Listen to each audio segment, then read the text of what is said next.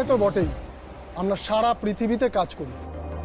Natural calamity বা man-made calamity, আমরা সব জায়গায় গিয়ে রিলিফ ওয়ার্ক দিই। মানুষের সেবায় নিজেকে উৎসর্গ করতে চাই বলেই তো আমি আপনাদের কাছে এসেছি। খুব ইন্সপায়ার্ড আপনাদের কাজ দেখে। দেখো রায়ান, ওয়েবসাইট দেখে তো সবাই ইন্সপায়ার্ড হয়ে যায়, কিন্তু ফিল্ডে নেমে কাজ করতে পারবে তো? কোনোদিন করেছো এসব কাজ? না, এর আগে তো করিনি, কিন্তু আমি পারবো সপ্তর্ষিদা। ভেবেচিন্তে বলছো তো? এই কাজে কিন্তু হাই রিস্ক। আমরা ওয়ার জোনে যাই। আমার তাতে কোনো অসুবিধে নেই। কিন্তু তোমার ফ্যামিলি, তারা পারমিশন দেবে তোমাকে যুদ্ধ বিধ্বস্ত এলাকায় যেতে? ফ্যামিলি ছেড়ে এসেছি সপ্তর্ষিদা, আমার আর কোনো পিছু টান নেই। ওয়েল, ওকে দেন, আমরা ইমিডিয়েটলি একটা অ্যাসাইনমেন্টে যাচ্ছি। You can join us. কোথায় যেতে হবে? শুনেছো নিশ্চয়ই, রাভা দেশের সরকারের সাথে ওখানকারই জঙ্গি সংগঠন কাপাস্তুর ভীষণ যুদ্ধ চলছে। জানি, একটু আধটু জানি। ওয়েল, ডিটেলে বলছি। কাপাস্তুরা খুব পাওয়ারফুল জঙ্গি সংগঠন, বিভিন্ন দেশে ওরা নাশকতা চালিয়েছে। ওদের বেশ কিছু জঙ্গি আমাদের ভারতবর্ষের সংশোধনাগারেও বন্দী আছে। কিন্তু আপাতত কাপাস্তুদের বেশ কিছু ডিমান্ড দিয়ে রাভা সরকারের সাথে ওদের ভীষণ যুদ্ধ চলছে। তারপরে যা হয় আর কি, রাজায় রাজায় যুদ্ধ হয়, উলুখাগড়ার প্রাণ যায়। সাফার করছে ওখানকার সাধারণ মানুষেরা, প্রচুর লোক মারা যাচ্ছে, বেশ কিছু মানুষ আহত হচ্ছে। আমরা ওখানকার সেন্ট্রাল হসপিটালে ত্রাণ পৌঁছাতে যাব। আজ সন্ধ্যায় আমাদের ফ্লাইট, আমরা রাতের মধ্যেই পৌঁছে যাব রাভাতে। তারপর সেখান থেকে আমাদের কাজ শুরু করতে হবে। এবার তুমি যদি সব কিছু শোনার পর জয়েন করতে চাও, ইউ ক্যান জয়েন আস। আমি নিশ্চয়ই যাব। মানুষের সেবায় যদি কাজে আসতে পারি, এর থেকে ভালো আর কি হতে পারে। Wear it and welcome to the team.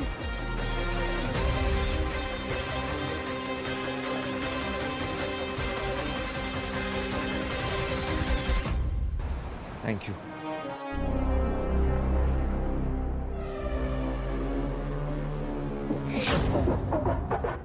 তুমি দেখো, পারুল দিদি যখন গেছে তখন ওরা ঠিক কোনো না কোনো একটা খবর নিয়ে আসবে। তুমি দেখো মা, মনে শুধু জোর রাখো।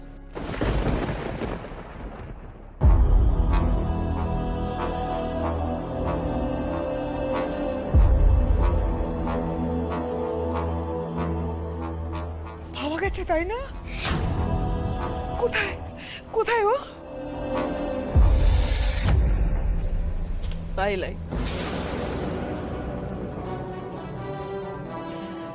আপাতত ওকে খুঁজে পাই নাই।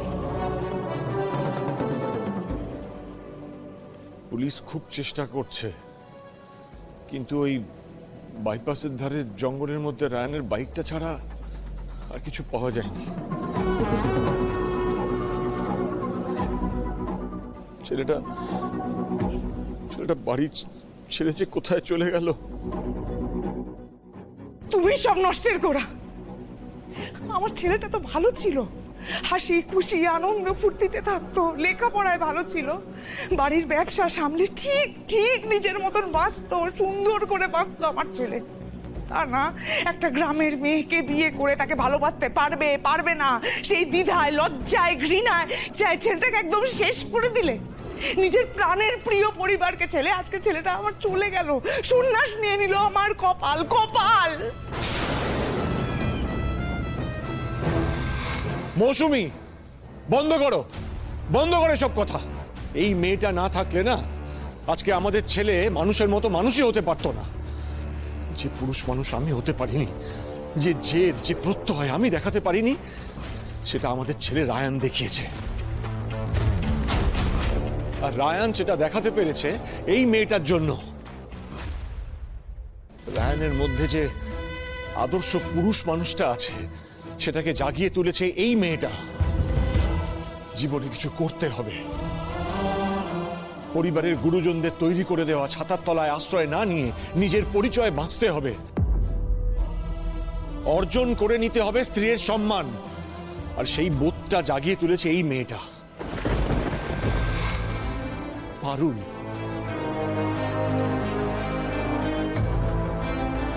আবার যখন দেখেছে ও পারলো না স্ত্রীর সম্মান অর্জন করতে, পারুল পারুল অনেক অনেক এগিয়ে গেছে, তখন নিজের ইগো বিসর্জন দিয়ে স্ত্রীর পায়ের কাছে নিজের মুকুট খুলে রেখে রাজ্যপাট ছেড়ে বিভাগী হয়ে গেছে।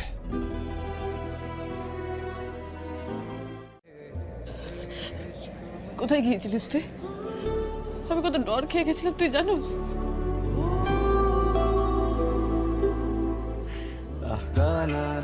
I love this face of yours. Kiss খাওয়া মুখটা দেখতে না আমার দারুণ লাগে জন্তু। You miss me, right? বয়ে গেছে আমার তোকে মিস করতে। কোন রাক্ষসীর পাল্লায় পড়েছিলিস?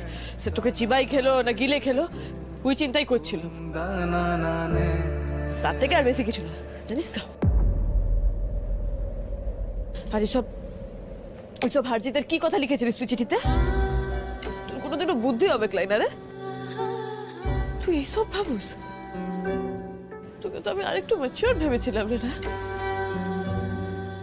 এই মানুষ করলাম আমি তোকে, হ্যাঁ? হাঁটছিস আবার বড় বড় কথা বলছিস। হাত ছাড়, এভাবে হাত ধরে রেখেছিস কেন আমার? ছাড় ছাড়, এবার হাতটা ছাড়। আরে এত শক্ত করে কে ধরে রাখে? ছাড় ছাড়। আমি যাবো না কোথাও তোকে ছেড়ে। কয়েক ঘন্টা যা হাল দেখলাম তোর, তুই আমাকে ছাড়া বাঁচবি না। যাবো না, তুই ছাড় এবার আমার হাত। জানুস যখন তাহলে লিখে গিয়েছিলিস কেন রে?